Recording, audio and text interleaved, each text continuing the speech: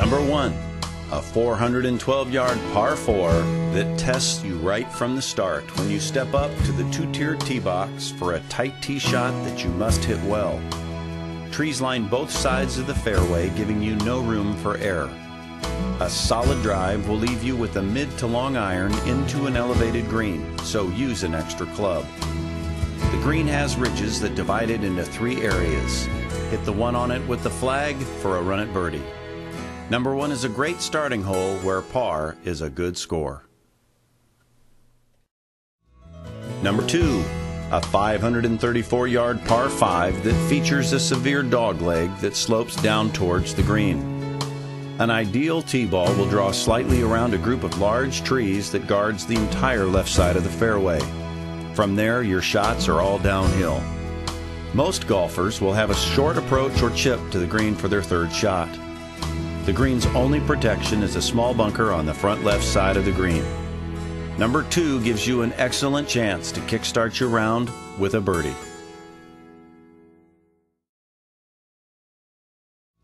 Number 3, a 408-yard par 4 that features a deceivingly wide fairway.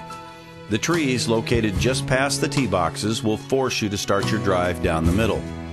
The left side of the fairway is protected by a creek that stretches the entire length of the hole. Your second shot will be hit to an elevated green where a short shot will likely back up off the sloping green. Hit it to the middle of the green and pay attention to the bunker on the right. A 2-putt par would make for a successful third hole. Number 4, a 208-yard par 3 where a long tee box opens up to a large green. A ridge in the center separates 2 slope sides of the green. The hole runs slightly uphill from the tee, so distance must be considered.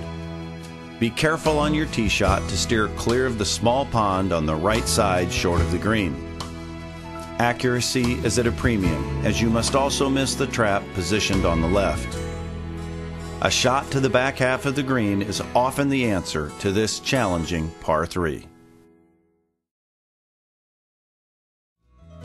Number 5, a 396-yard par 4 that forces all golfers to hit a straight ball off the tee. Trouble can be found on either side of the fairway. A creek travels along the entire left side of number 5. Stay away from the hazard as the closest drop area makes your shot to the green over 200 yards. The green is sloped from the back and is protected by 2 front greenside bunkers and 1 behind. Precision will pay off on this testy par 4. Number 6, a 444-yard par 4 that rarely pays off a birdie. The number 1 handicap hole runs uphill the entire way, forcing you to hit into a sloping fairway that makes this lengthy par 4 even longer. A great tee ball will leave you with a long iron to a seemingly distant yet large green. Not many surprises once you get there, as the green is mostly flat with only a few subtle breaks. Par is an accomplishment, and a birdie a unique pleasure.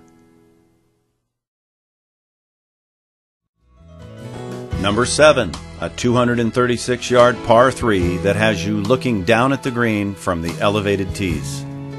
2 large sand traps pinch the opening to the green and force you to consider bringing the ball in over the top and land it soft. A ball hit too long can find the 3rd trap that sits behind the flag. Often this hole plays into the wind, so an extra club or 2 will help your chances at par. The green is one of the trickiest on the course and hard to read, so pay attention to any putts that you can. Number 8, a 512-yard par 5 which has a tight chute for your tee shot that opens into a large landing area. A hard dogleg left that plays very similar to number 2, with the exception that you are heading uphill instead of down. A long tee shot is needed to find the corner of the fairway to set you up for your second shot. A drive on the left side gives you a chance to go for the green. A long uphill shot will reward you well. The large green divides into 4 areas that will test your putting skills. Enjoy the look back over the course when you reach the green. Number 9, a 412-yard par 4 where you will need a great drive to carry 2 bunkers that guard each side of the fairway. A ball hit down the left side may get trapped by many tall trees that won't allow you to go up and over. The right side is more forgiving, and a wayward drive can often find a large open area that falls away from the fairway. The front 9 finishes with great views of trees and the clubhouse sitting behind the green. A shot to the center of the green can give you a great run at birdie at the turn.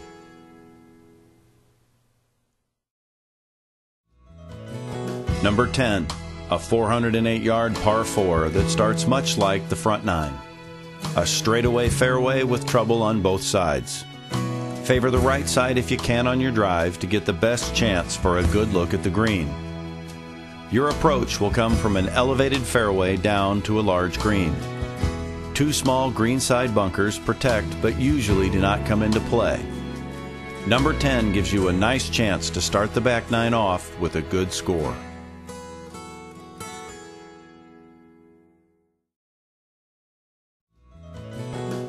Number 11, a 524-yard par 5 that will force you to play multiple blind shots. The tee box slants from front to back and starts you off hitting to a wide fairway that disappears behind the hill. Your second shot will likely come from the valley with only treetops and a view of the KU campus to guide you. While reaching the green in 2 is possible, a short pitch will often set you up for a chance at birdie on this unique par 5.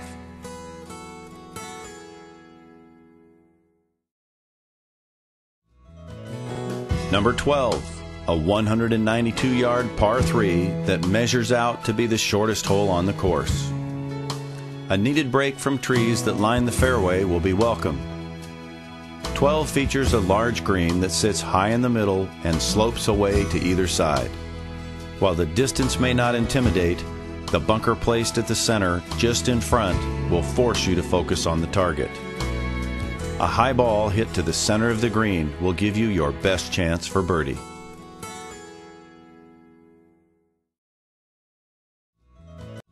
Number 13, a 458-yard par 4 that seems inviting as you stand between the markers. Hitting from an elevated tee, the fairway rolls over a large mound that will often leave your second shot blind into the green. Center of the fairway is key as there is out of bounds left and many trees sprinkle the right rough. Keep your approach to the right as a shot left will run away hard. Number 13 plays harder than it looks, and par is a good score as you head into the impressive final 5 holes at Alvamar. Number 14, a 409-yard par 4 that can make or break your round at Alvamar. A dogleg left creates a tricky tee shot that keeps the driver out of your hands as you try to place your shot to about 200 yards for the best approach. Placement is key as your second shot must find an opening through a narrow gap to find an elevated green protected on the left by a creek and on the right by a U-shaped bunker in the front. While it is not a long hole, par is a great score at the 14th. Number 15, a 198-yard par 3 that proves to be very challenging. You will need a 200-yard shot into the large green that has a deep cut trap positioned just in front. The green sits on a mound, so all chips will be on an uphill lie, making your shots to save par difficult at best. While the trees might seem to make the narrow approach shot tough, usually they do not come into play, and a shot to back center of the green is your best chance to score. Number 16, a 380-yard par 4 where a sloping fairway makes an already tight tee shot look even tougher.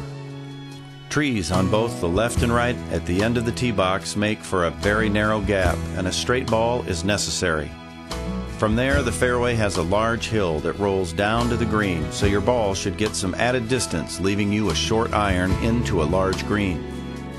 Pay attention to which tier the pin is on so that you can have a good chance at a birdie on this short par 4.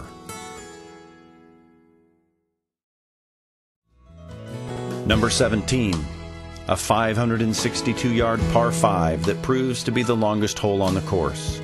a dogleg right that pressures you to put a good drive down the center of the fairway. From the ideal landing area, a 210-yard shot sets up for an 80-yard wedge.